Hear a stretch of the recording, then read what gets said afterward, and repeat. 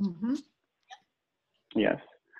Well, thank you so much for joining. Merci de vous joindre à nous. This webinar is going to be mostly in English, but we'll be translating in French as we go. And I'm just keeping an eye here on people joining on in the waiting room. So we would like to host this discussion on universal basic income with a lens around entrepreneurship and some considerations for other trends happening around us. So we'll start with a few introductions by Shira, who is our entrepreneurship and tourism coordinator. She'll be talking about the Canadian emergency response benefits and the other benefits that businesses can have access to during these pandemic times. And then Gordon Ross will be sharing some market trends and knowledge economy, labor market trends for the Northwest Territories. As a way to inform our discussion, I'll be covering very quickly circular economy and then going into universal basic income and trying to make sense of all of these things at once. If you don't mind, I will be muting everybody right now, but you are able to unmute yourselves. And for some reason, there's a glitch in the Zoom, and a lot of you are called Sylvie. Can't change your name to your real name, please do so. And then, so our introduction should last around 20 minutes, and then we're going to jump into the panel. We have very smart people joining us today. Arlene Johnson, he's an MLA in Yellowknife North. Etienne Croteau is an entrepreneur. He started Saveur de l'Artisan. Zoe Guile is an activist with Our Time. And Arlene Hashe, she's an advocate for against poverty. She's a member of the Order of Canada and a member of Alternatives North. If you have any questions, please use the chat, either housekeeping questions or questions for our panelists, and then I'll be assembling all the questions together, and then we'll pass them on to the panel. So Sira, we'll move to you. Des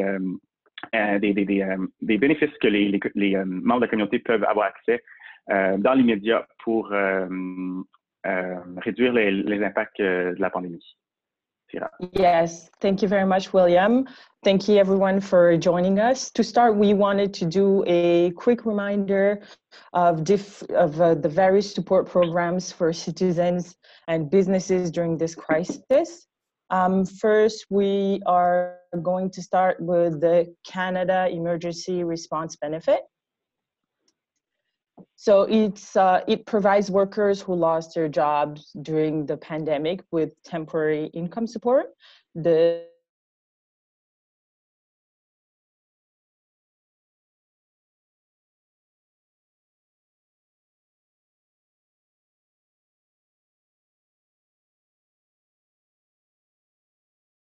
agency. We have 4 businesses: the Canada Emergency Wage Subsidy. It supports employees that have been the hardest hit by the pandemic by covering up to 75% of the employee wages.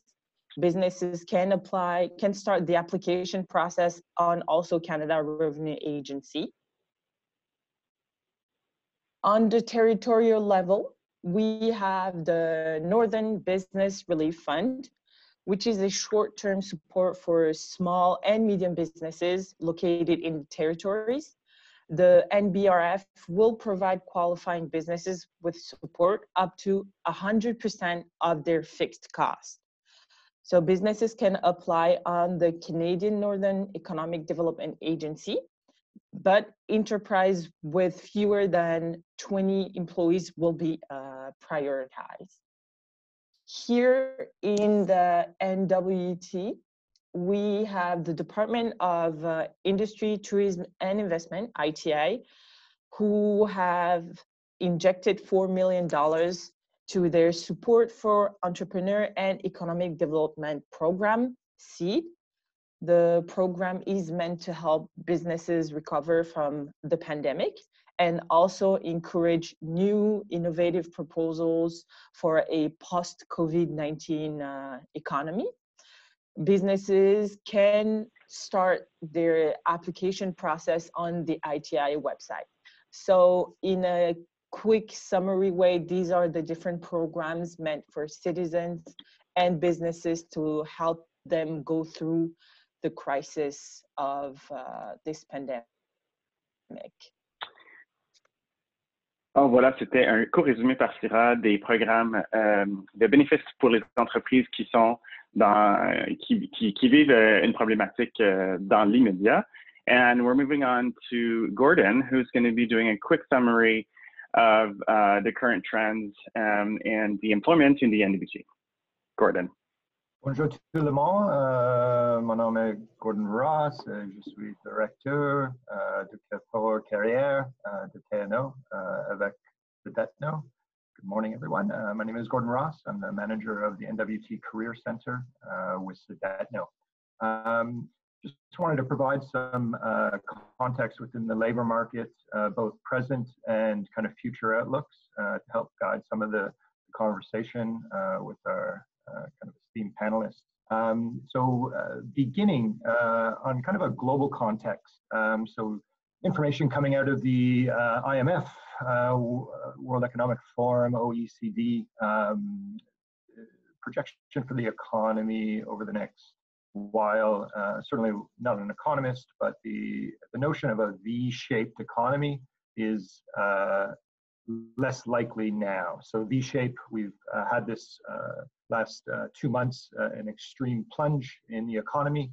And there was a suggestion that the Bank of Canada was pausing the economy and hopefully economic stimulus would uptake in the first quarter of 2021. That is less likely. The OECD is suggesting that at the very least, the global economic recovery will be equal to or worse than the 2008-2009 economy, in more of a U-shaped, so a downturn and then a long-term recovery.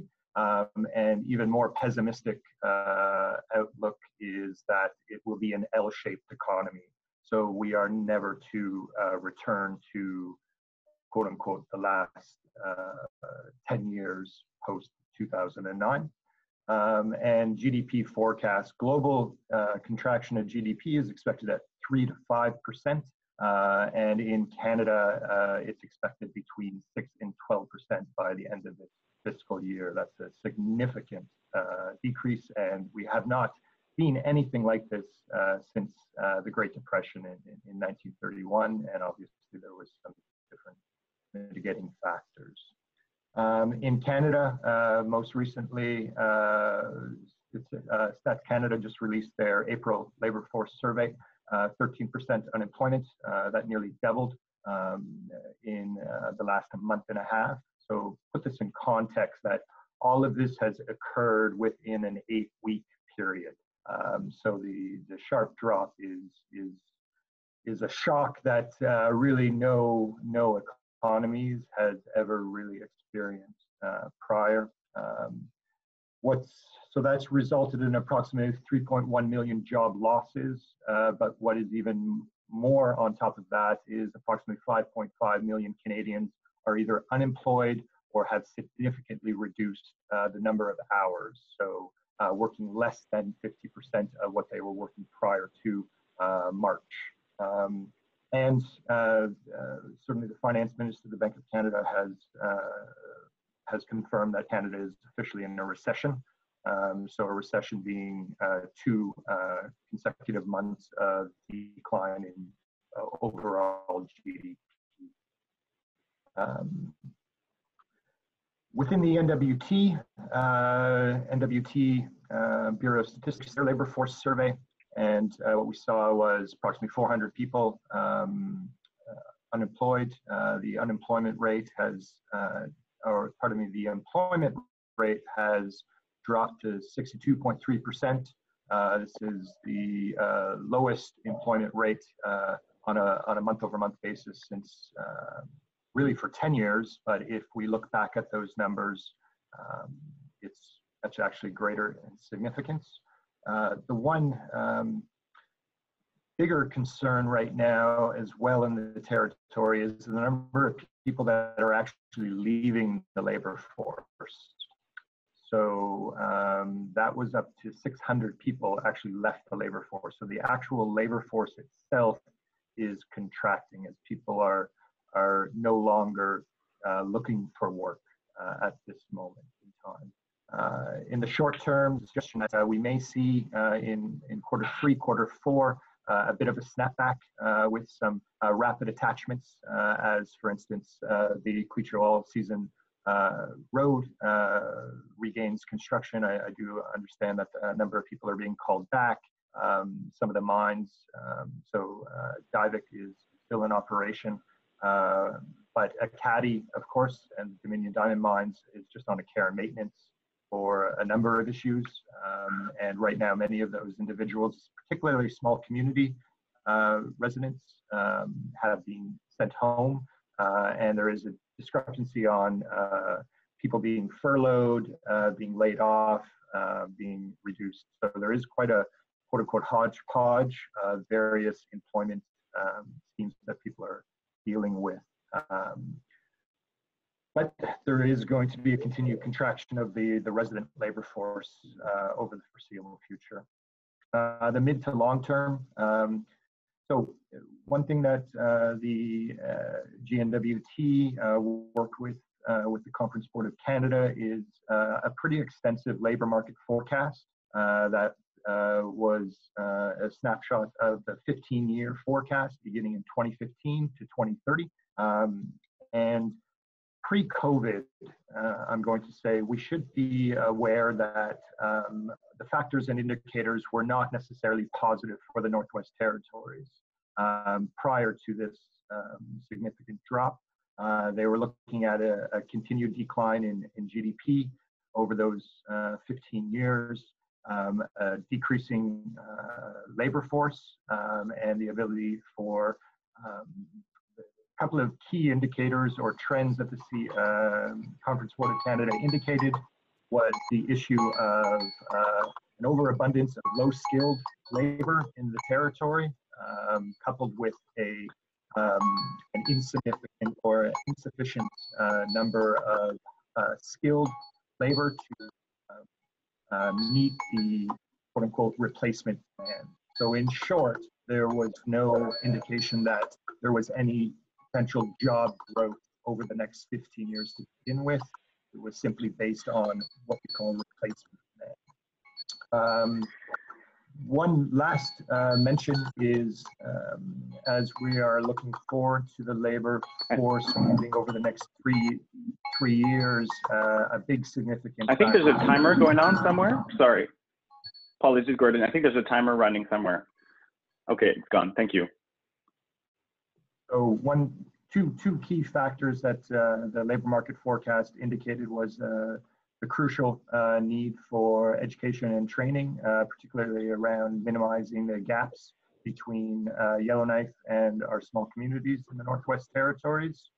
But one other main piece certainly is a clear policy around the availability of labor. So what we expect is that there will be continued competition for national and international skilled labor force, particularly with remediation projects and more specialized STEM backgrounds and skill sets to meet the demand of the changing environment in the north. So that's a bit of a summary. Hopefully that provides a bit of an expansion, and I will sign off by saying Stats Canada has actually just this April labor force survey introduced some new indicators that they are looking at, and they're identifying areas of vulnerability, and that what a key theme is emerging is that during this downturn, of the 1 in 4 Canadians that are currently unemployed or underemployed due to COVID, the most vulnerable and underrepresented populations in our workforce are continuing to bear the brunt, i.e. Youth, women, Indigenous populations, and low wage. So again, this is trickle-down economics is impacting the most vulnerable in our sector currently right now. Thank you. Merci Gordon. Donc, en quelques mots, l'économie dans les territoires du Nord-Ouest et au Canada globalement a pris une grande chute, et puis on se retrouve ici avec une grosse compétition pour des travailleurs avec moins d'instruction, mais on se retrouve aussi avec beaucoup de demandes pour des travailleurs très qualifiés dans le territoire du Nord-Ouest. And then I'm moving on to circular economy and universal basic income, and maybe the link is a bit hard to draw here, but we want to look at the current trends, but also where we want to be in 2030. So I think it's important to say, okay, this is the situation, and in 2030, where do we want to go? So currently, we're working on a linear economy model. So we're the take, make, waste model, where we take stuff out of the ground and we produce stuff with it, and then we throw that stuff away, that we call. But in 2030, I think it'd be great if we were to be moving toward the circular economy, where the waste becomes the resource to generate new products. So this is the premise we're working with here. So the goal is really to say, okay, we're in 2020.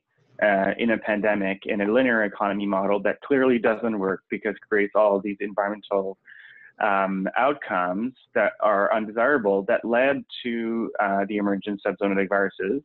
But we would like to go into more a circular economy. So how do we do this?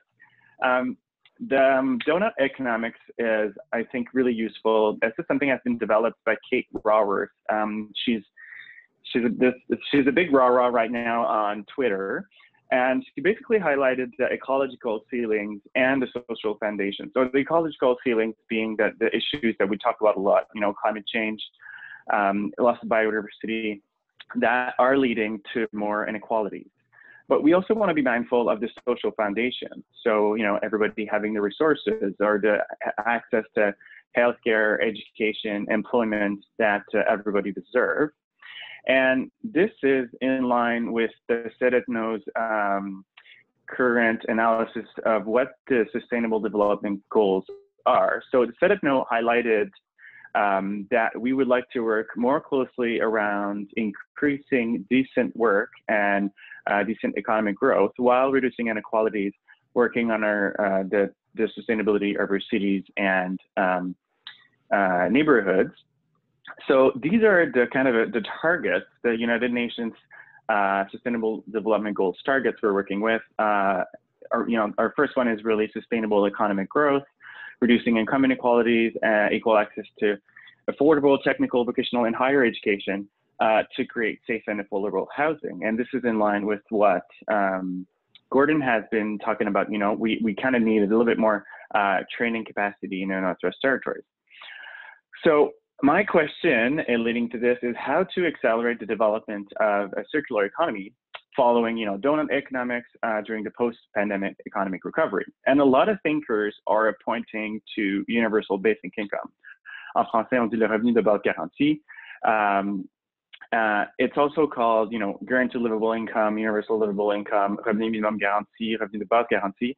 So it's this idea promoted by a lot of thinkers and academics. These are just a few of the books that talk about that. But if you look out there, there's a lot of people talking about universal basic income as a solution to a lot of our problems. I'm currently reading this one, Give People Money.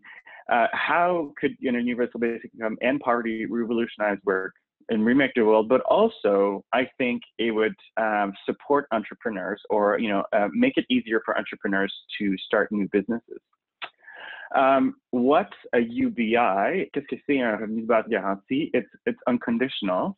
It's automatic for everybody, and as kind of as a right. So everybody in the country receives every month in their bank account $1,000, $2,000, no strings attached. And this payment is kind of it's it's big enough to pay your rent, pay your food, and buy a bus pass, but it's, you can't do anything crazy. So it's just enough to act as a safety net, basically, for if things go wrong, and everybody gets the same amount, no matter if you're rich or poor. Everybody gets the same thing, so it's very equal. Why do we think it might be interesting for entrepreneurs? Well, we're moving towards a lot of automatization of our society. So with robots and artificial intelligence taking over, and UBI allows for people to gain more freedom. So think about workers who are stuck in a low-paid job, and they work so much just to make ends meet, they don't have time to go back to school or look for other jobs. It's also security for entrepreneurs. Maybe you want to start your own business, but you're just worried about, the risks of doing so. So UBI would provide you with the safety net to fall back on. If you want to start a new business, it's innovative, it's a new idea. Nobody has done it before, but there's a big risk involved. And we need to take these big risks in order to solve the biggest problems we have currently, like the climate crisis and other things. So this was a very, very quick overview, but I really want to take this discussion to our panelists, and we're going to dive deeper. It's okay if you didn't get all the concepts. We talked about circular economy, we talked about the Sustainable Development Goals, donut economics, universal basic income. These are big concepts, but this is basically the first of a webinar series where we're going to be talking about universal basic income and how to support entrepreneurs in basically solving the big problems. We know that mining sector is slowing down, but we also know that we need to diversify our economy. We need to decarbonize our economy. So we have with us Arlene Johnson. He's a lawyer and an MLA for Yellowknife North. We have Arlene Hashe. She's a member of the Order of Canada. She's a community activist and advocate against poverty. She's a member of Alternatives North. Zoe Gile, she's an activist for Our Times. She's joining us with a really youth lens around climate action. And Etienne Croteau, he's a chef, entrepreneur. You might have seen his article in Radio-Canada CBC. He started Saveurs de l'Artisan, and he's an entrepreneur who's been affected by the COVID-19 crisis. So I would like to start with giving everybody a chance to share their thoughts on universal basic income, what it means to you, and what you think could come out of this. So we'll start in the order that appears on the screen. If you have questions, please send them in the chat. I will be compiling them, and then we'll be asking them during the Q&A. So I would like to give between 2 and 4 minutes to each of the panelists. And we'll start with Ryland Johnson. Ryland. Thanks, Will. I guess I want to start just by throwing out some of the various concepts and defining them. So you'll hear universal basic income, you'll hear guaranteed basic income, guaranteed livable income, and these are all actually somewhat different programs, but all have some underlying of the same themes. So I think the big debate is how universal. Do you mean money to every single person, or do you mean money to everyone who makes less than a certain level of income? And that would be the debate of universal basic income versus guaranteed livable income. Essentially, a guaranteed livable income would say no one in Canada is going to make less than $35,000 this year, and that would just eliminate poverty. It's a floor we don't let anyone fall below. You usually, in those proposals, you link it to income tax filing because that infrastructure already exists. A universal basic income would be more like what you described. This was something you saw Andrew Yang run on in the presidential campaign, essentially give every American $1,000 a month, just unconditional. Alaska has something like this because they have a very large heritage fund. So they pay out, it varies, about $6,000 a year to every single resident, just unconditional. Norway also has a very large heritage fund due to their oil and gas, and so they pay out their residents from that. There's various ways this can work, but I think there's some agreements between all of them. One is that the current system is just not working. I found it funny that the CERB rolled out and it's $2,000 a month, but that's actually less than a person on income assistance and the NWT would make right now. And income assistance in the Northwest Territories is it's on 30-day timelines. So that's the guaranteed part of this, is that we would say, you're going to get this money for the next year. And that allows someone to plan their life. It allows them to say, I'm going to take education courses, you know, I'm going to take addictions treatment, I'm going to start a business, and I know I have this income. Whereas the way welfare or income assistance is set up, you have to report every 30 days. And if you miss an appointment or if you don't do your good deed, you essentially don't get your money. And this just ripples out for all sorts of problems. It makes people homeless on a 30-day schedule. It prevents you from signing a lease. So I've talked to many landlords in town, and they said I would fill a building with income assistance tenants if they could guarantee me their money for at least 6 months. But they can't. They can only guarantee their money for 30 days, assuming they make all these kind of paternalistic things. So going to the entrepreneurial side, though, I think this is really applicable in the Northwest Territories, because if you take the Guaranteed Income Supplement, the Canada Child Tax Benefit, the National Child Benefit, the CERB Income Assistance, there's 10 more programs I could make. EI kind of fits into that. There's all the old age security, disability supports. We have about 10 competing programs. And when you add them up, we have actually more than enough money to just eliminate poverty in the Northwest Territories tomorrow. And that would involve a lot of logistics with the feds, obviously. But you could also do a smaller example of, you pick the community of Colville Lake, which already has a high proportion of income assistance clients, and say, okay, we're going to take all of you people on income assistance and guarantee that money for the next year and do whatever you want. Like, you're not going to get punished for taking some part-time work. And I think that, to me, is the biggest incentive here, is that all of our underlying kind of supports right now really disincentivize working or education or creativity. Like right now, if you are getting income assistance and your housing subsidized, it makes no logical sense for you to go pick up part-time work, because you'll pay more in your rent to the housing corporation and your income assistance will go down. So there's not that incentive to work. There's not that incentive to go kind of find a creative adventure.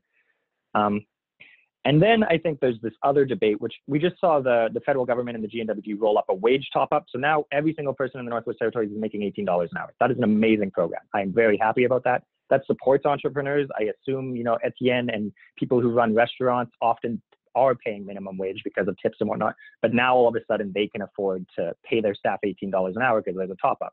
I was talking to the owner of the Fat Fox, and he always wanted to pay a living wage, but you can't pay a living wage. It's so hard when you're starting up a business and every cent of capital is there. And so like a wage top-up program really allows small businesses to be a little more entrepreneurial. It gives them some flexible capital, but it's another one of these, we added another program, and there's just millions of dollars around that.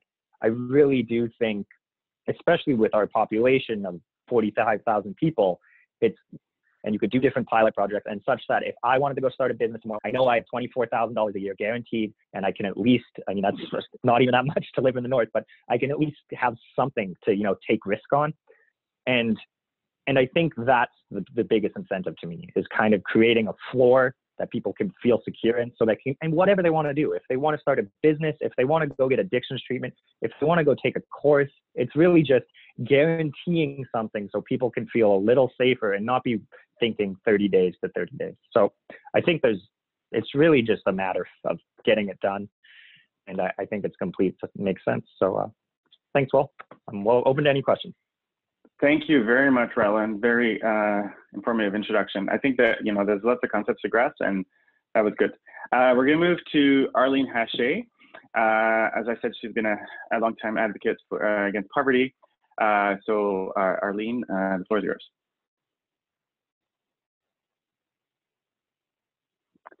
You might be muted. Okay. Good morning, everybody. Thank you for inviting me to participate in this debate. Everyone has covered kind of the technical and kind of the economic options, you know, so well that I kind of don't want to dwell on that too much. What I would like to say is that why would I be invited to this panel? It's partially because when I came to the Northwest Territories as a young person, I was poor. I couldn't manage my life or my money, and I ended up homeless and in a shelter. And So my, knowledge of the communities across the Northwest Territories has been built around and embedded in the have-nots, the people who don't have any economic kind of opportunity presented to them. And for me, it's clearly divided between Indigenous and non-Indigenous populations. And I find in the Northwest Territories, there's always a kind of a big effort to erase that clear divide. And so I'm witness to 50 years of watching the discriminatory and colonial system relegate Indigenous people to no economy and to poverty. And so I think the pandemic for me has created a window of opportunity and a short window of opportunity where everybody all of a sudden realizes that we are all in the same boat. It has inspired a sense of the collective, and it has inspired a bit of a deeper understanding that anybody can be in the boat of not having enough money to pay the rent and put food on the table. However, interestingly enough, the conversation, 8 weeks later is already beginning to change to poor bashing and blaming, and all of a sudden back to, not quite understanding why other people can't make it if I can. So I think the pandemic is very interesting because there's a silver lining in that it created a sense of the collective and it disrupted the status quo.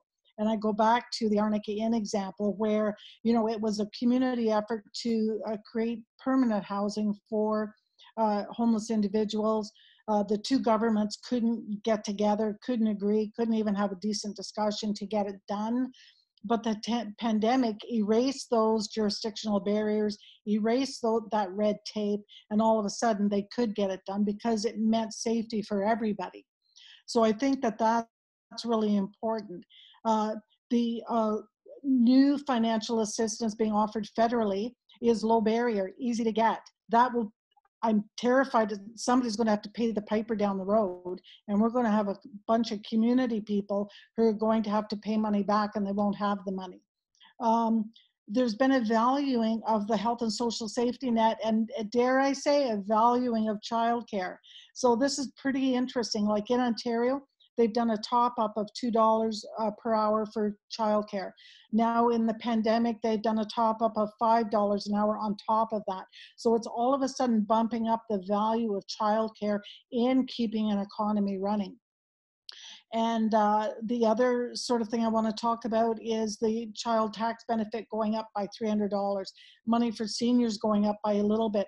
So these are recognitions that there are people without resources. There are people in our society who should be better resourced to survive it all. And so our task at this moment is to take this window of opportunity to move forward in an inclusive and equitable society and to make sure that we have resilient and sustainable communities. And so we're there. There is nationally a call out for a guaranteed livable income or a universal basic income. So we're able to push that agenda forward, which is kind of new for activists who've been trying to push it forward for 30 years. So I find the frustrating part in the territories is there's been sort of an unwillingness to acknowledge that there is the poor and there is the rich. And that's divided by Yellowknife and regional centers and small communities, and divided by Indigenous people and not. And the other sort of group that I want to really highlight is the plight of Indigenous women in all of that.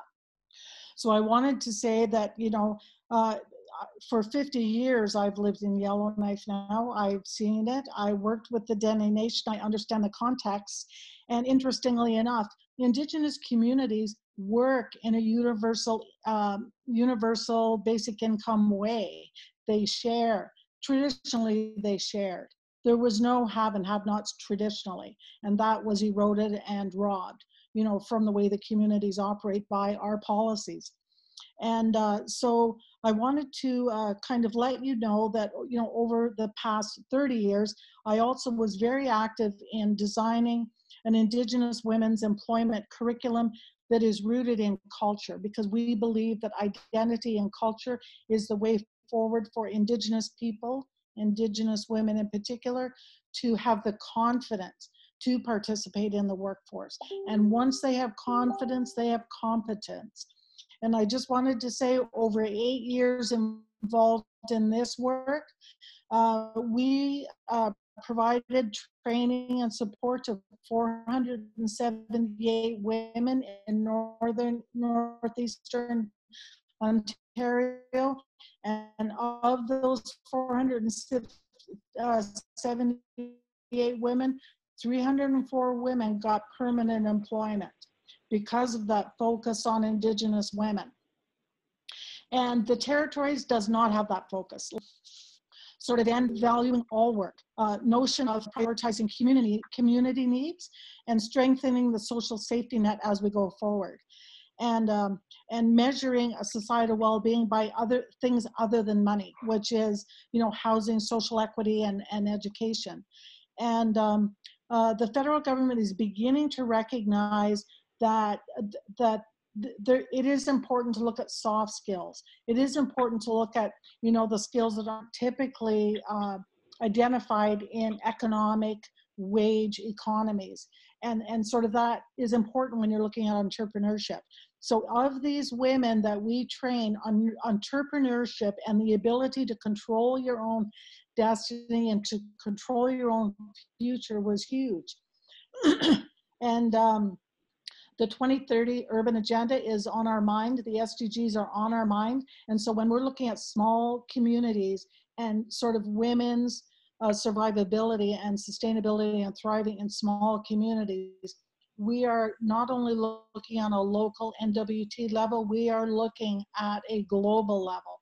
And women are working together to bring their solutions forward. And so the territories, I think, is like 50 years behind that thing. And then I'll just leave you one more or two more kind of ideas. One is that we have participated in urban thinkers campuses in other places across the country to bring the community together with women with lived experience, Indigenous women with lived experience, to bring their voice to the table because they have solutions. And then I'll just leave a little thing that we experienced not long ago, and it's typical. And that is the federal government announced 10 million funding for employment, funding for training and employment. And they, groups were able to apply for $10 million per project. And the project was focused on Indigenous women and youth. And so the tribal council that I'm closest to, the tribal council and the mines got together. They developed this proposal. They left Indigenous women out of that conversation. They decided that they could do it. They developed this $10 million proposal, and they had one paragraph for women, even though the money was targeted to women. They had one paragraph that said, you know, the organization I work for will take care of those women, but we're applying for this $10 million. So I kind of laughed. So at the end of the day, because we are focused so surely on the economic security of Indigenous women across the country, we applied anyway, and that region lost $10 million because they couldn't stretch their mind to be very inclusive of Indigenous women. And we got our little $2 million to really do the work. So looking forward for the Northwest Territories, I am hoping that we can move to include the voices of lived experience in the solutions going forward. I am hoping that we can include Indigenous community people in the discussion. And I don't mean just the leaders, I mean community people who are at a disadvantage in accessing resources and jobs. Thank you very much. Thank you, Arlene. Merci beaucoup, Arlene, for these insights. We're going to be moving to Zoe Guile. She is an activist with Our Time. Zoe, the floor is yours. Hi, thanks, Will.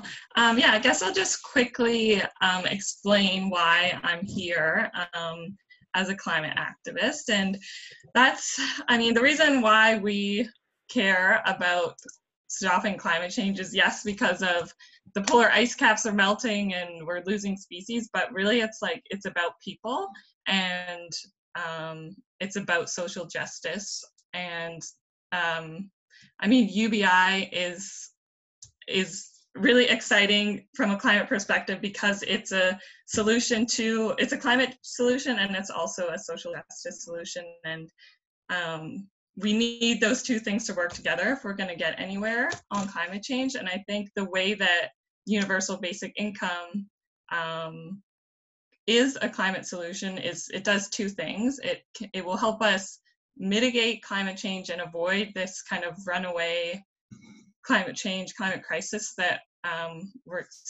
we're going to experience in a business as usual system. And the way that it does that, in my opinion, is by giving people a chance to think about the future, to have their basic needs met.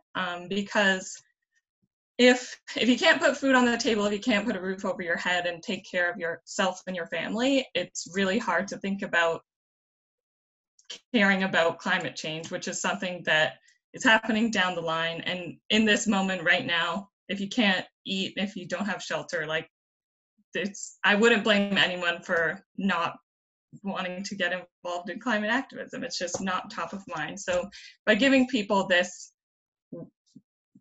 universal basic income and allowing them to have their basic needs met, I think we can really expand the power of the climate activist community and bring more people in and create a vision for the future that we can actually see positive change, that positive change is possible. Also, I think, Will, you touched on this and Ryland did as well, it gives people the opportunity to retrain themselves and seek out education and maybe leave a job that is carbon intensive or that isn't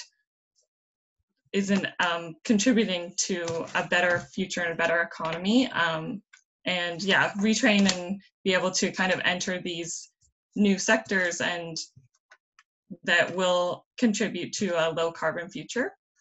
And the other way that I see UBI as a climate solution is in climate adaptation, because inevitably we will be seeing increased environmental crises and health crises due to the climate change that's already inevitable.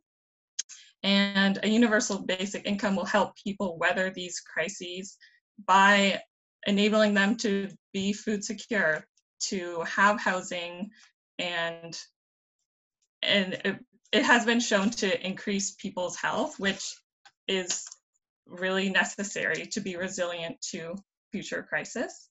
And also, in contributing to economic diversification, it can allow our societies and communities as a whole to build resilient infrastructure to help weather these crises in the future. Yeah, so if anyone has any questions or wants me to clarify more about how UBI relates to a climate solution, I'm happy to discuss. Thank you very much. Merci, Zoe, for this. Yes, for sure.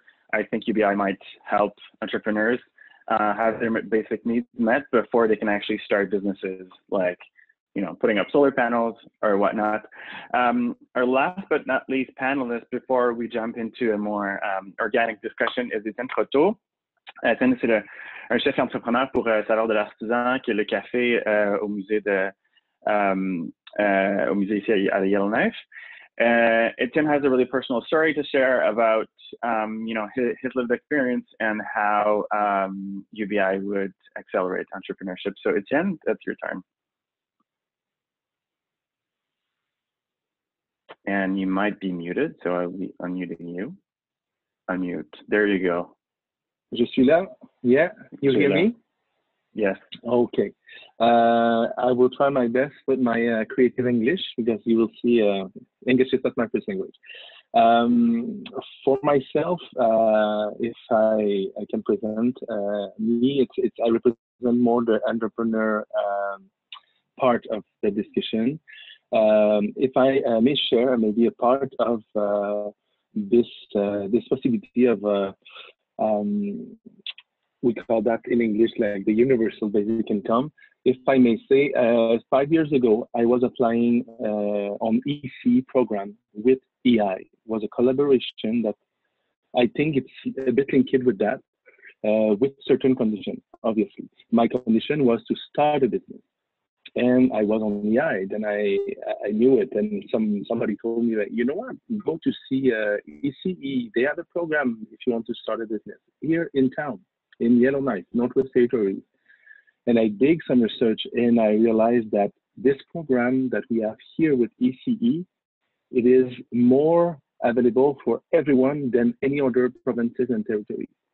Maybe territories, they are in the same way of us. I didn't dig there, but in other provinces, this program is just allow the people able to apply. It's only people with low income.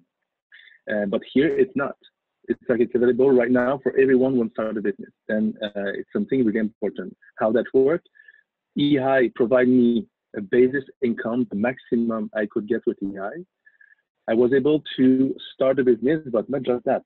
Prepared the business plan with a professional organization. I was monitored with someone. I was linked with a person, professional to about anything about finance, about business and things like that, just to help me to build my business plan, etc.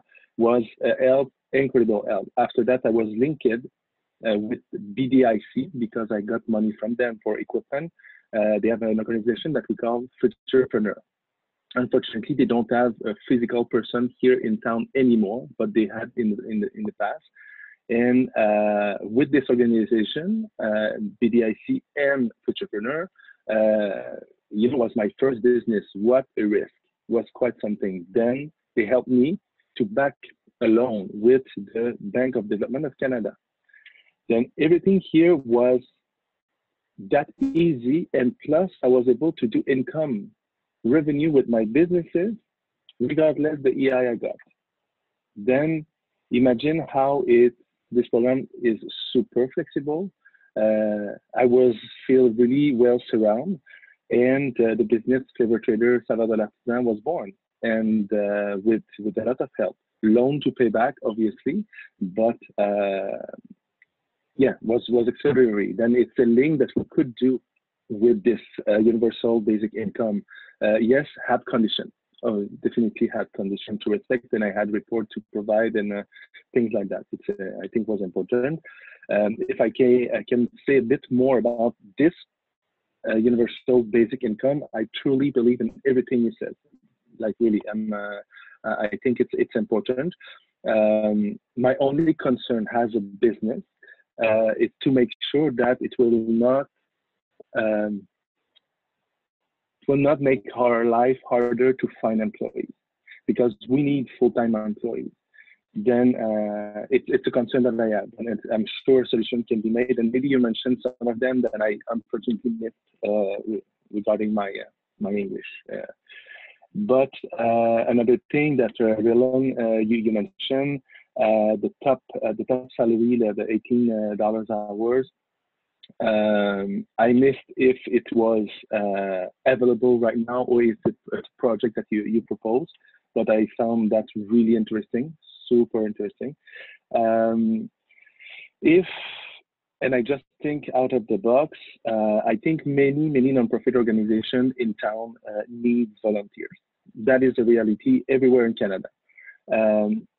If we propose a universal basic income, this money had to be taken somewhere. Have to be, like it's yes, by the tax obviously, but I think, and I don't know if it's a possibility, but at least we could link that with the possibility to ask for it to give to the community. You receive money from the community, then like, okay, let's make a commitment together. Let's say that our community, for the people, have the possibility to do it. Like if they have some issue with the health and things like that, totally understandable, they will probably be on another program. But at least say, okay, we need you to do 5 to 10 hours of volunteering, and you pick in this list that they are registered to this program, and in your community, and you do 5 to 10 hours a month, just to give back to the community, because the community decide to support, to everyone have a basic income. It's fine, but I think it will be a better community if we do this circle. I think you receive, you give. I think it's important. And also, yes, this program has to also push entrepreneurship program like I just described, or people to also want to find a job, not limited those people to say, oh, you know what, I can manage with this. I think it's important. I could be scared as an entrepreneur a bit about it to find employees in the North linked with that. But it's all about discussion, like I'm super open. Merci Etienne. Yeah, so you know, the concept of UBI, le principe de revenu minimum garanti, there's no strings attached. But I like that, you know, that you're saying that it actually accelerated you know, community involvement. So I've been keeping an eye on time and on the chat here. I came up with 3 questions based on what we've received. So I would like to ask the first question: how would UBI support potential new entrepreneurs? So Etienne, you just shared. So I think a lot in terms like a roadmap on how to get to 2030. In 2030, we need to have the whole grid decarbonized, all the buildings decarbonized, more local food production.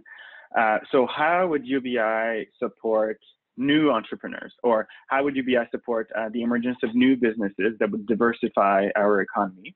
So Rylan, Arlene, Zoe, or Etienne, I don't know who wants to talk about that. Do you want to just raise your hand and unmute yourself?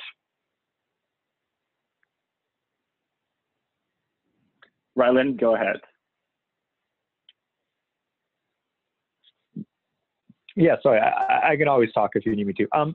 So I think the key here is you would need a UBI that allows people to work and make money, which is pretty much any variation of the program we've ever seen.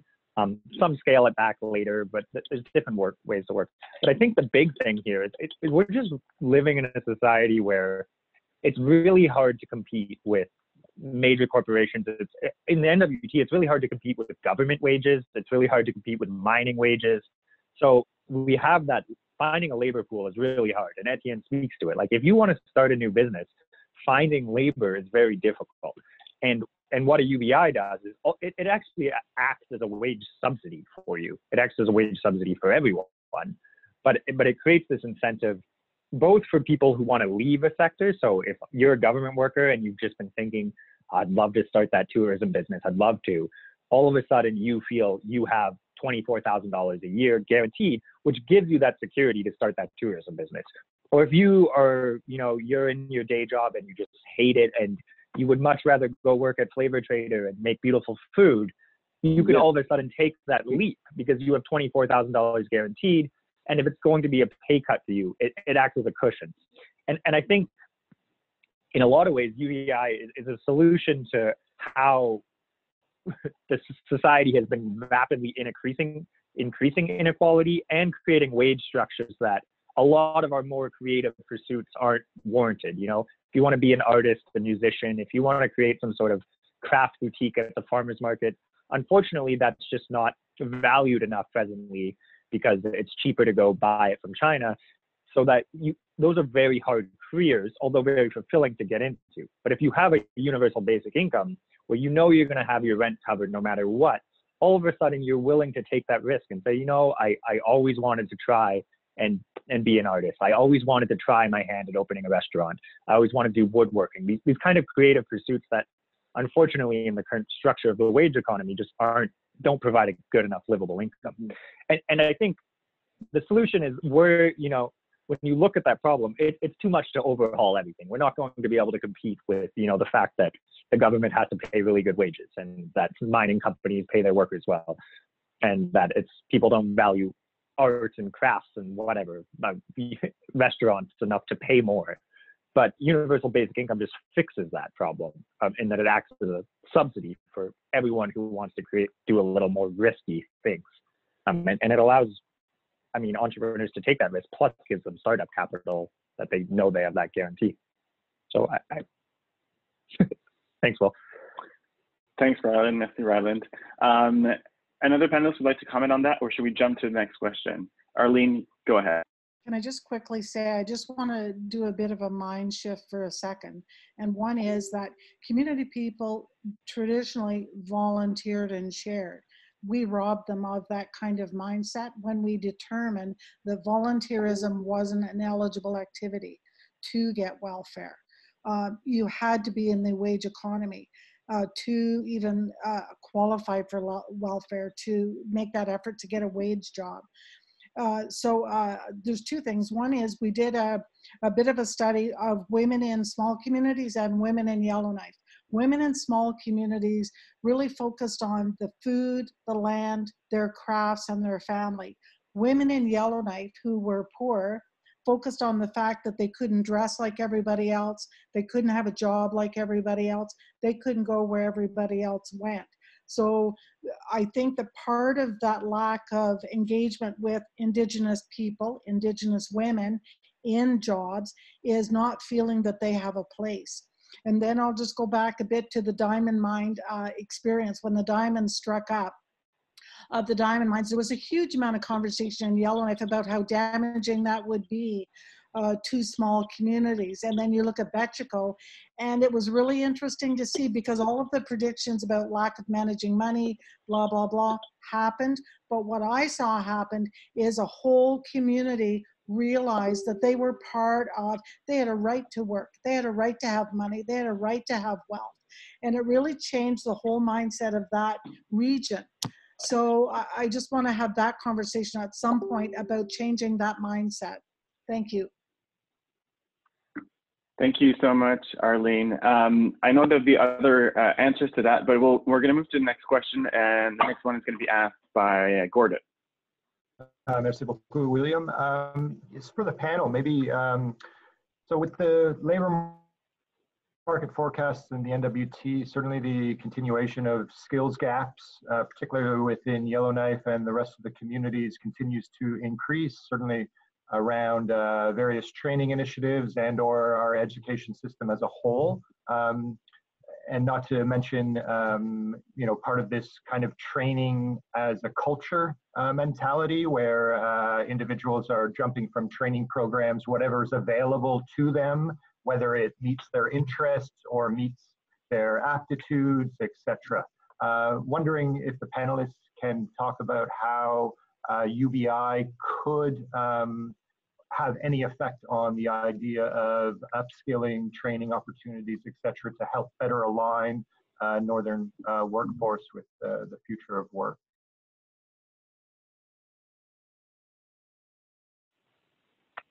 So how would UBI help residents get more skills in education? I'd like to hear from Etienne or Zoe, if possible. I can give a quick answer, although I'm definitely not an expert. My thought is that it will allow people the freedom to perhaps take part-time work or leave their current work and simply just free up time to seek out further education. Also, taking away that fear that, okay, if I leave my current job, will I get a job again, etc. Just, yeah, freeing up time, and also, again, like I was harping on before, just allowing people to have a vision for the future that's different than living paycheck to paycheck. Thank you, Etienne.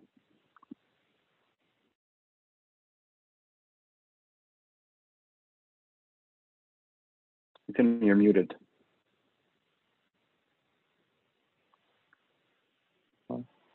Okay, sorry, I forgot to unmute myself. Yeah, as you can imagine, the restaurant, the museum, Clever Trader, it's closed. The museum is closed.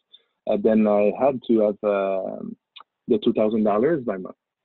But to be linked with how the UBI could help the resident to get more skills and education, I said, okay, I will have time.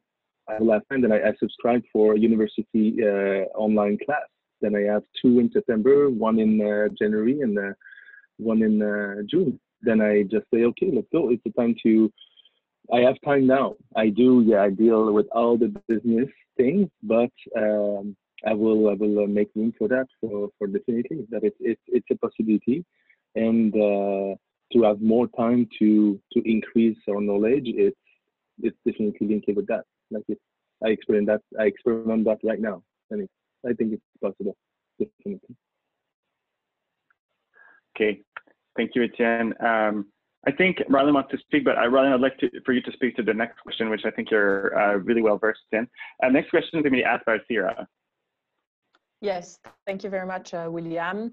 I'm trying to play devil's advocate here, and there are really interesting questions in the group chat, and nobody really told us how we could fund this massive program.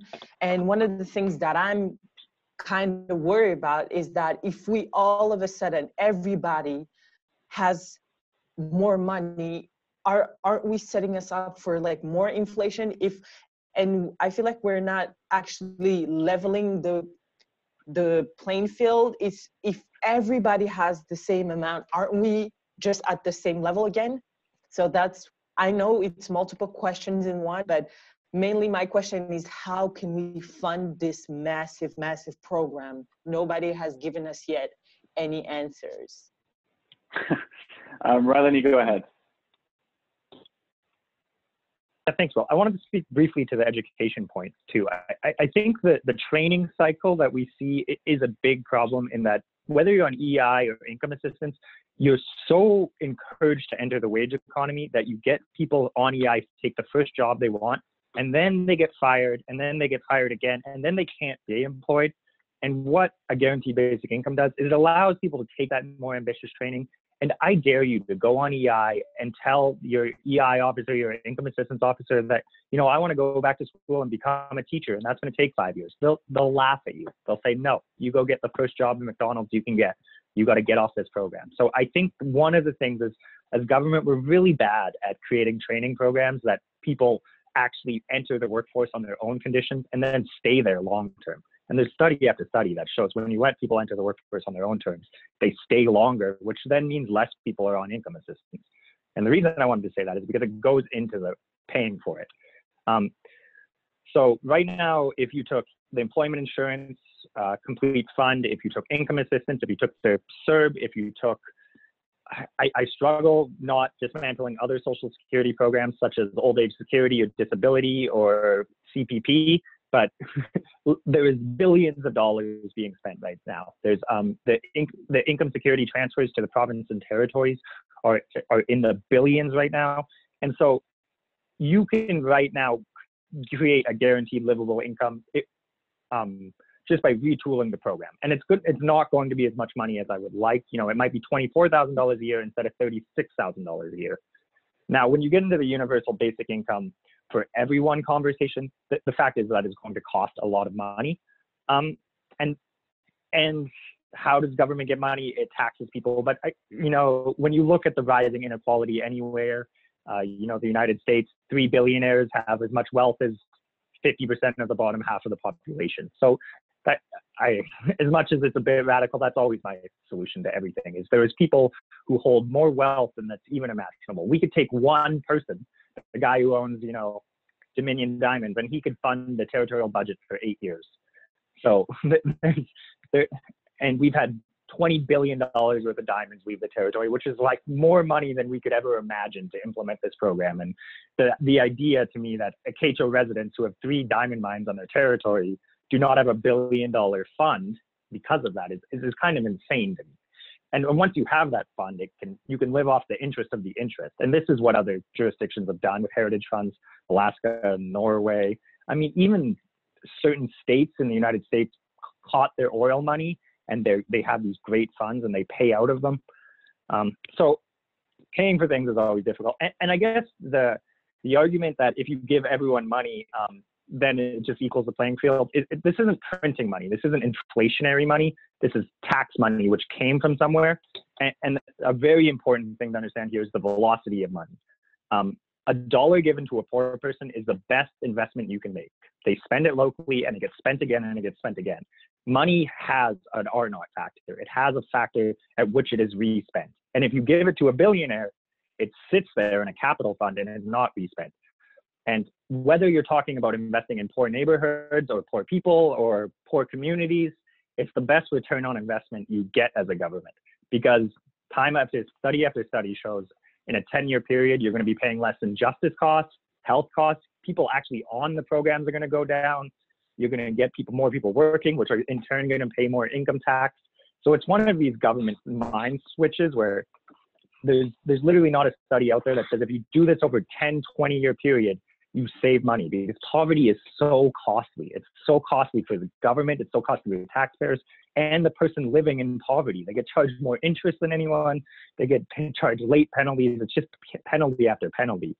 And so there's a huge upfront initial capital investment. But every place that's ever done this, that upfront and capital investment pays itself off in time. So it's really about, are you willing to take that initial jump in the capital investment?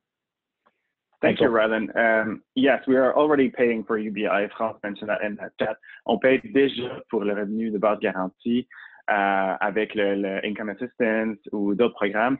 And I would like to point you to this book, Give People Money. We're already paying for UBI.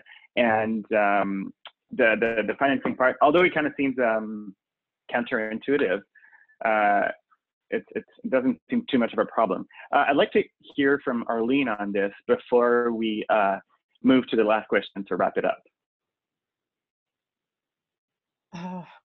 Okay. I think I can't say it any better than Rylan said it. All of the studies, all of the evidence shows that if you address poverty, over time, you will recoup any kind of investment that you make. It's that initial investment that actually governments put toward economic development and ignore the social, sort of the social well-being of communities. So there's a complete imbalance in terms of where investments are.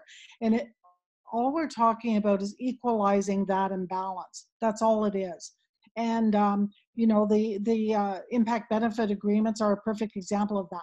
You know, the first impact benefit agreement that came from the diamond mines gave you know, one of the regions $100,000 to deal with you know, social issues. Well, the corporation took off with billions and billions of dollars out of the territories.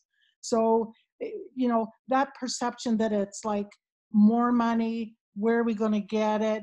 You know, who's going to pay for that? It's basically a red herring. So, you know, I'll just leave it with what Rylan said. He just captured it perfectly. Thank you. Thank you, Arlene. Yeah, we had other questions in the chat. How our economy is in a downturn and we will need to recover. How do we implement such a program post-COVID? I think it's exactly the point of, like, without this program, the economy wouldn't recover as fast. So there is 19 minutes before 12 o'clock, and at 12 o'clock, it's going to be 90 minutes that we're together. I am just so excited for the outcome of this panel. I had way more attendance than I planned we would have. This is just amazing. I'd love to hear a few last words from the panelists, in a really like action-oriented and NWT-focused way. So how would we bring UBI to the NWT? Rylan, you've been talking a lot about a pilot project in Colville Lake, and how I really want to know like specifics on how this would influence us here. And so let's close our eyes, and in 2030, all the diesel generators are shut down in the NWT. We're all working on, we're all powered with solar energy. Our buildings are energy efficient. 75% of our food is grown in the territory. There's electric planes flying all over, and we are sequestering carbon in the old reclaimed mines. So we're doing carbon capture and storage in the old reclaimed mines, and this money is generating through carbon pricing. We're actually making money. So I'll give you each, yes, maybe, oh, I forgot the Q&A. Oh, I guess we kind of did the Q&A through the chat. So I'll give you each 3 minutes to really like, how would we actually enable this in the NWT? We'll start from the right-hand side. So we'll start with Etienne, and we'll go back to Ryland. So Etienne.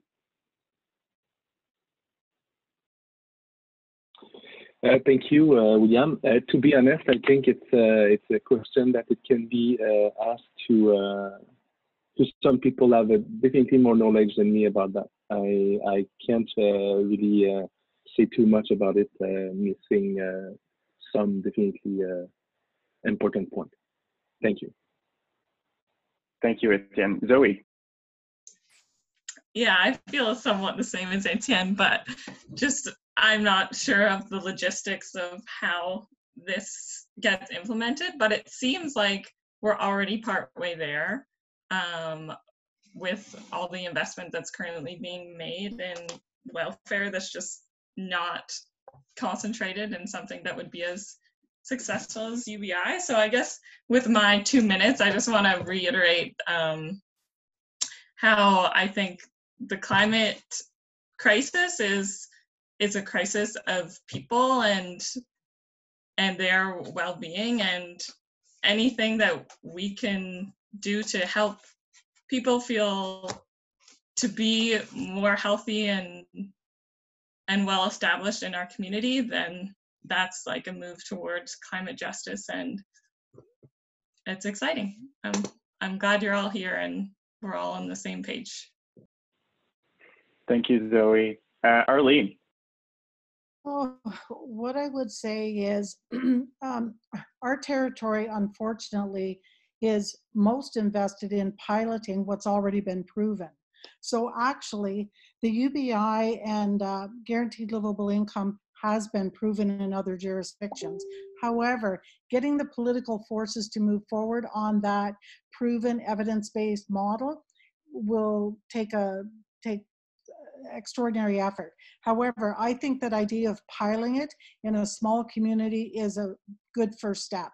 Across it's only 40,000 people, and we're spending a fortune sort of monitoring the crap out of them. Like I had one woman who was cut off from welfare because she didn't report $50 she made on something, but she reported $2,000 she made on crafts at home. So the system is creating and kind of entrenching poverty and deep cost to us. And let's remember, the Northwest Territories was headed for, quote, a decline in economic security prior to COVID. So actually, most people I know living in poverty were quite sort of thankful for the additional support they got in the pandemic. We have to make sure that doesn't roll back to what it was before. So we have to make sure it doesn't roll back, and we have to boot it up to do the livable income or the UBI through a pilot and move forward in an equitable way. And I would encourage everybody to read France Benoit's comment in the chat. You know, this is not a new thing, it's a redistribution.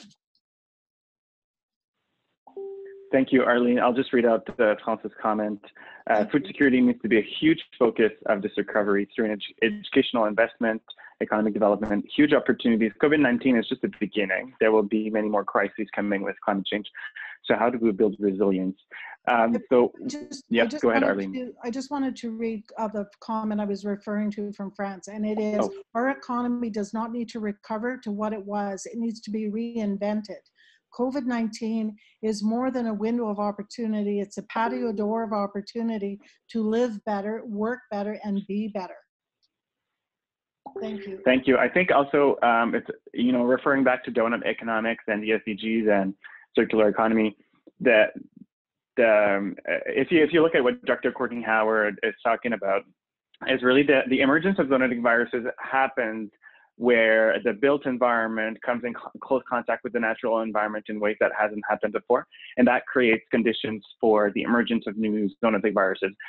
You know, I've been working in climate for a while, and I've been thinking about the rising sea levels and weather events and stuff, but the pandemic was kind of coming from on the left side. And yes. So Ryland, final words. What do you say to the critics?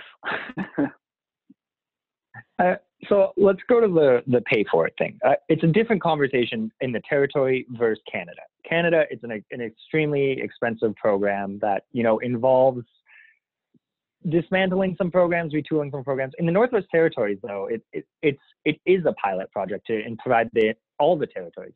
Ontario had a universal basic income pilot project. They picked 3 cities in Ontario, all of with a greater population than Northwest Territories, and ran it. And it was the, you know, it's a rounding error in the Ontario's provincial budget. It would, to provide everyone in the Northwest Territories, which we already do I mean, if you work for the government, you get a Northern Living Allowance. We get the Northern Residence Tax deduction. Every single person who moves here is worth about $30,000 to our territorial budget. So 80% of our budget, our government, or our budget comes from the feds. There's already more than enough money coming in to do this. We build billion-dollar infrastructure projects, which, you know, some of them pay themselves off and are great investments. But the cost to do this is not $1 billion.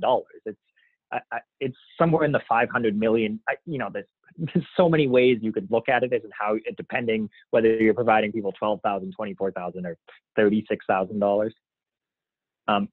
But I think there's a number of steps. So, in the minute COVID hit, the first thing Education, Culture, and Employment did is everyone on income assistance, they payrolled for 3 months. They said you don't have to show up to the office and report for 3 months. So they kicked the reporting period to 90 days from 30 days. And so everyone on income assistance knew they had money for 3 months guaranteed, as opposed to 30 days. So there was just this intuitive thing in the department that, oh, we should secure people a little further. And they should have got, and CERB's the same thing. We guaranteed the Canadian Economic Response Benefit for the next 16 weeks.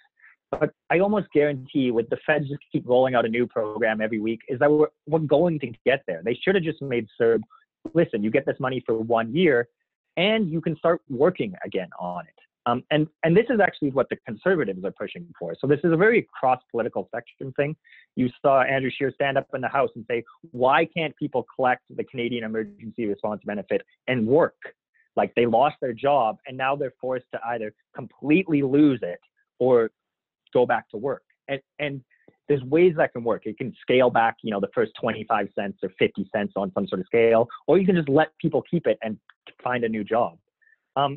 So I think in the short to medium term, I want income assistance to be payroll more people. We could pick 500 people already receiving multiple benefits, roll them into one, say you're going to keep this money for 2 years, because, you know, and there's punitive things in it. We ask people who are disabled to report every 30 days they're still disabled. We ask elderly people to fill out 5 forms to 5 different departments to show that they're still elderly. So at the very, you know, UBI is the dream, but at the very least, we can make the current system less punitive, have less administration, and honestly, it'll free up some government money, because we don't need 40 income support workers working every 30 days. I would rather have those positions be social workers or nurses. So we just have too many people and too much bureaucracy in order to prove that you're elderly or disabled or out of work or still living in poverty in a community that is just devastated by poverty. And there's a lot of bureaucracy we can remove as step one. And I think on the federal level, the conversation really needs to switch to a universal basic income. Thanks, everyone. Thank you, Ryland. Merci, Ryland. Donc, en quelques mots, on a vu que la crise du COVID-19 a vraiment créé des conditions pour que on voit l'entrepreneuriat d'une manière différente, l'économie circulaire, les objectifs de développement durable, la théorie du donut economics. Comment est-ce qu'on accélère l'entrepreneuriat dans les territoires du Nord-Ouest d'une manière qui va nous aider à achever nos objectifs de réduction de gaz à effet de serre, qui va réduire la pauvreté, puis qui va en fait créer des conditions pour que les entrepreneurs soient en mesure, ou que les gens qui ont un intérêt à devenir entrepreneurs soient en mesure de se lancer en affaires. Et ça, c'est vraiment ce qui va diversifier notre économie. On parle de diversification économique depuis des années dans le territoire du Nord-Ouest. Ben, je pense que ça, c'est une manière qui va nous permettre de l'achever. On l'a vu en Finlande, on l'a vu à Mincom au Manitoba dans les années 70, on l'a vu en Ontario en 2017. Tout pointe vers ça. Puis maintenant, c'est juste it's just a matter of finding ways to to bridge the gap from now to 2030, and how do we create massive employment opportunities around climate action and solving our biggest problems. I am just so grateful for everybody who joined in. We had 20 people register. We had 27 people at the peak. In my experience, usually webinars, people attend 25%, only 25% of people show up. So I'm just extremely grateful for this. This is the first of a webinar series around accelerating entrepreneurship. And we're talking about these big, hairy, audacious goals like climate action. So our next webinar in a few weeks will be focused on decarbonization, but we'll be inviting more solar panels installers, energy efficiency folks, local food production, and how to enable all these things. So thank you so much for your comments. I know we haven't gone through all the the things that were said in the chat. If you have any comments, si vous avez des questions, des commentaires, s'il vous plaît, n'hésitez pas à me contacter à service@CDETNO.com. Please don't hesitate to get in touch at services@CDETNO.com. If you have ideas you want to share or ways you want to collaborate. I am just so grateful for this. I'll be staying on the line. Thank you so much. Merci beaucoup. I'm just going to unmute everybody. Thank you, William, for moderating and organizing everything. Merci, Tira. Thank you. Merci, Tira. I honestly don't really love. Oh, great. I unmuted everybody, so if you're on the phone. Merci à tous. Merci à tous. Thank you. Bye. Thanks, Will. Thank you. Merci. Bonne journée. Thank you. Au revoir. Au revoir. Thank you. Thanks for all the panelists. I like Ryland's last point, something we can do. Email MLA. I agree. I agree with that point too. So Francois, I've noticed you had a lot of questions in the chat. Do you maybe want to ask a few of them here that we are in a smaller group? Oh, it depends. I think the idea is good, but like I said, and I don't know if Etienne, are you still connected? Non, je pense qu'il est parti. Je pense que one of the points that is important to address is for someone like Etienne, if you have a minimum guarantee revenue, and someone knows that, and this is in the north, someone knows that, okay, no matter what, I will make 24,000. What enticed me to go work for a restaurant where they will get? What did you say? What enticed you to what? What enticed me to get a job and work for Etienne in a restaurant and being paid $17 per hour? So do you mind if I talk? Yes, I still need to increase my income, but why shouldn't I sit that opportunity out and continue to hope for better, knowing that anyway I have a minimum income that is guaranteed? That's so, Francois, if you look at, I'm going to bring you this book to the office because, I think we're living this right now. People can sit at home and watch TV for 3 weeks, and then they get incredibly bored and depressed. And so people are driven, if you give them a safety net, to actually pursue their own initiative and pursue their own, the things that make them happy. And it might not be through regular employment, but it's showing up in different ways. Arlene said it in terms of arts and crafts and fruit production, and just enabling all these jobs that we couldn't really call jobs initially because the system wasn't designed so that they would support them. I'd love to hear from Arlene on this. You've been nodding. And I think after Arlene, your microphone is cut.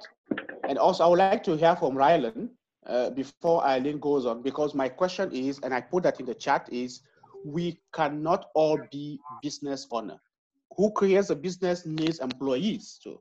So how do you square that? I would like to hear Arlene and Ryland on that topic. Do you want to go first, Ryland? Yes, yeah, sure. So I think it's important here to understand that in the Northwest Territories right now, finding labor for restaurants is very difficult. All sorts of low-skilled labor is actually extremely difficult for a multitude of complicated reasons. But I really don't believe, and there's study after study that proves that if you give someone $24,000 a year guaranteed, that they're not going to take a job. It's $36,000 or whatever amount we're talking about. I like to put it at the poverty line, which would be more 35 plus. Because that's just enough money to pay your rent, food, shelter, and make sure you're not homeless and starving. But that doesn't mean that people want jobs. And I think in the Northwest Territories, it's almost guaranteed that you would see more people enter the labor pool if they had that guaranteed money and take those kind of jobs that are just begging for work right now. And right now, oddly enough, if you go to a lot of the tourism businesses or even the cafes in town, we're importing low-skilled labor, which is, it doesn't actually make a lot of sense because we have an abundance of low-skilled labor. And I think a universal basic income just kind of gives people that security and gets them out of poverty such that they're willing to go enter the workforce. I don't actually, the study after study has shown that's not a concern, that you will have workforce decline. And I think in the Northwest Territories where we have such high unemployment, you wouldn't, it's not going to increase more because we guarantee people income.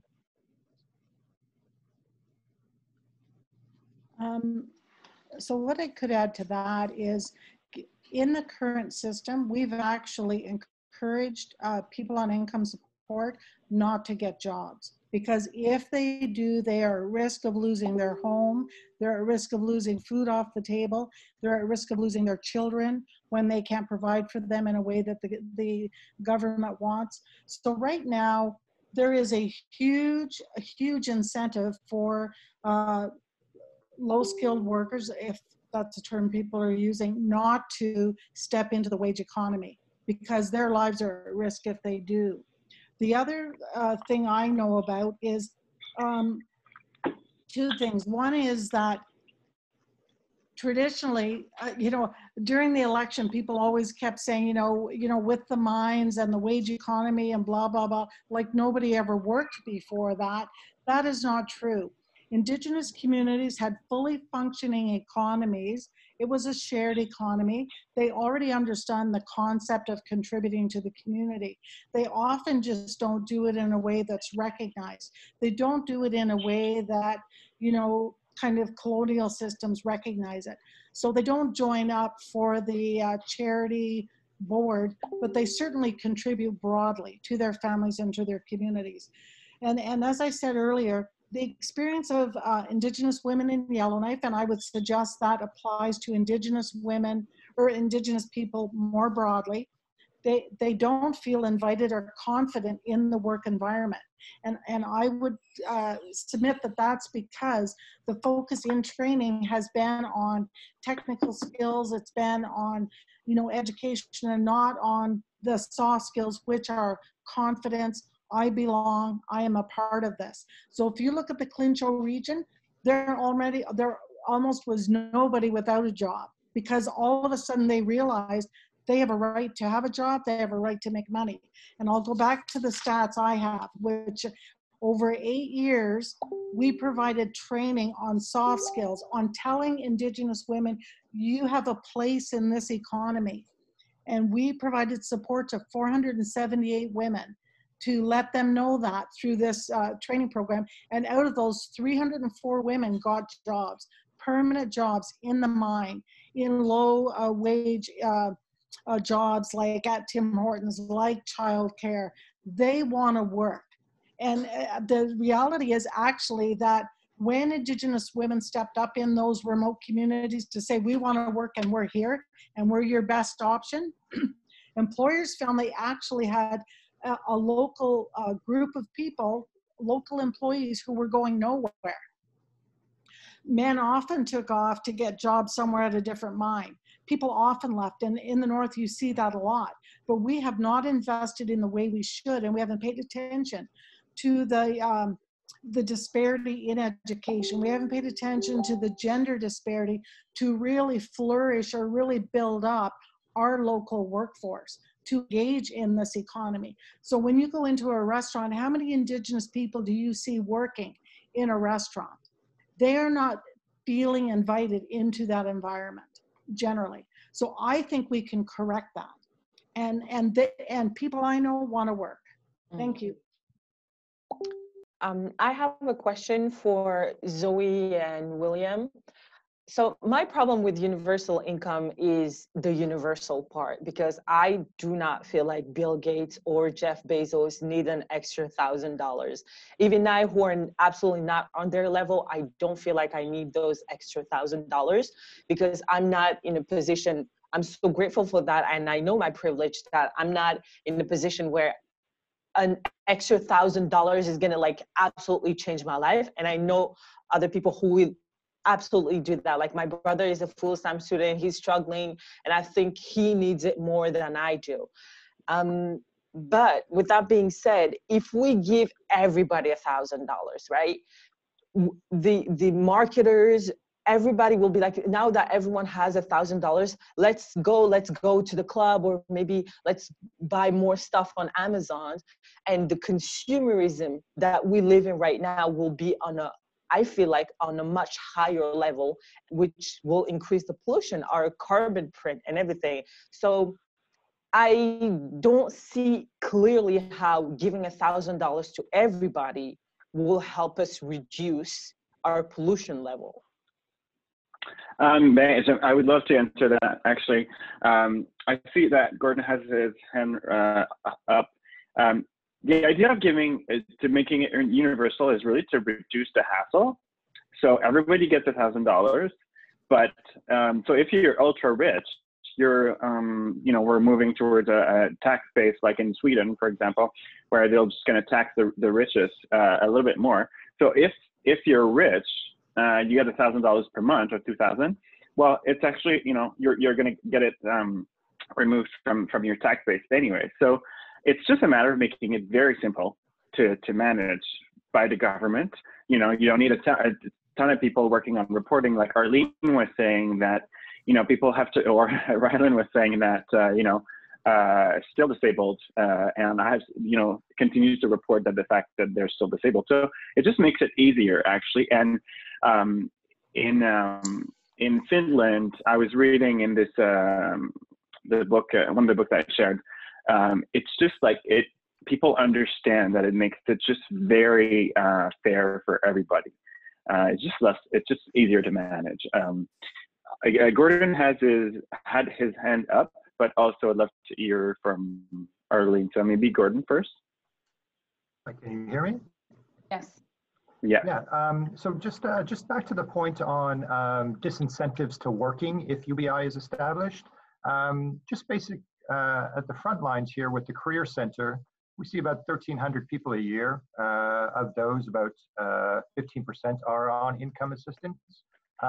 There shouldn't be any concern because around all of a sudden UBI being a disincentive. What we're seeing firsthand is people trying to figure out how re-entering, quote unquote, the wage economy is actually going to be a benefit, as Ryland, Arlene touched on, in the fact that all of a sudden your rent subsidies are removed, your mobility and flexibility is not increased. So there is a very hard line between disincentive to re-enter the labor force, and then even if there is a desire there, that it is immediately, from a dollars and cents perspective, actually puts people much farther behind. And then the other point that you talk about is, it just seems to me, Sierra, that that's an old model of thinking. It's based on a class. So it's kind of like rounding off the rough edges. Individuals who have no spending or consumer capacity to begin with, the idea that you provide some small opportunity for empowerment, all of a sudden that's going to tip the scales on our consumerism. I think we're already past that. So think about the spending power versus the actual living power. So your concern is far different than a concern of a person who's been on income assistance and worried about some basic food, shelter issues. So kind of back to that Maslow hierarchy. But what we're seeing at the Career Center has no indication that all of a sudden, if people are provided a basic floor of security, that's going to all of a sudden increase the issues of not finding relevant and stable employees within the North. The only thing it could do is perhaps benefit that by giving those people a major floor to stand on, and thus allowing them, removing those disincentives to now go experiment with other opportunities within the wage economy. Thank you. Arlene. I actually think, as you say, experimenting is just what people want. So for example, I had a woman on welfare who wanted to take a job. She actually was disabled and on welfare. And she had this bit of opportunity and tried it out. And she did kind of take on this full-time job doing a low income frontline kind of service. It's very important to the community. And because she took on that job, she actually got penalized. And, you know, there are threats that she will now lose income support because she didn't report it as fast as they thought she should report it, blah, blah, blah. So the risk is massive when you're looking at moving from welfare to the wage economy.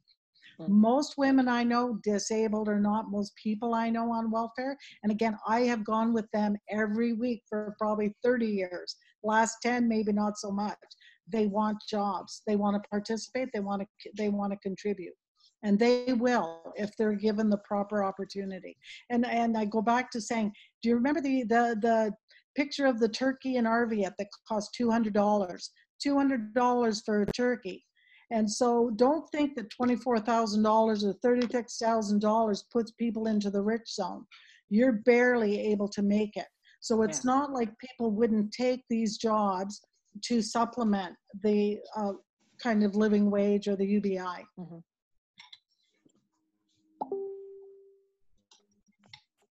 I kind of like appreciate though the notion of rich people taking this money. And I take your point. I mean, you get it back through taxes, right? However, as my dad used to say, if you're ever looking for a donation, go to the poor community because they'll share with you. You try to go to a rich community, they don't share. They stock their money away. You'll never see a penny of it. So actually, they don't pass on their money as quickly as one might think. Okay, thank you so much. This was so informative, and it just kept dragging on, which is great.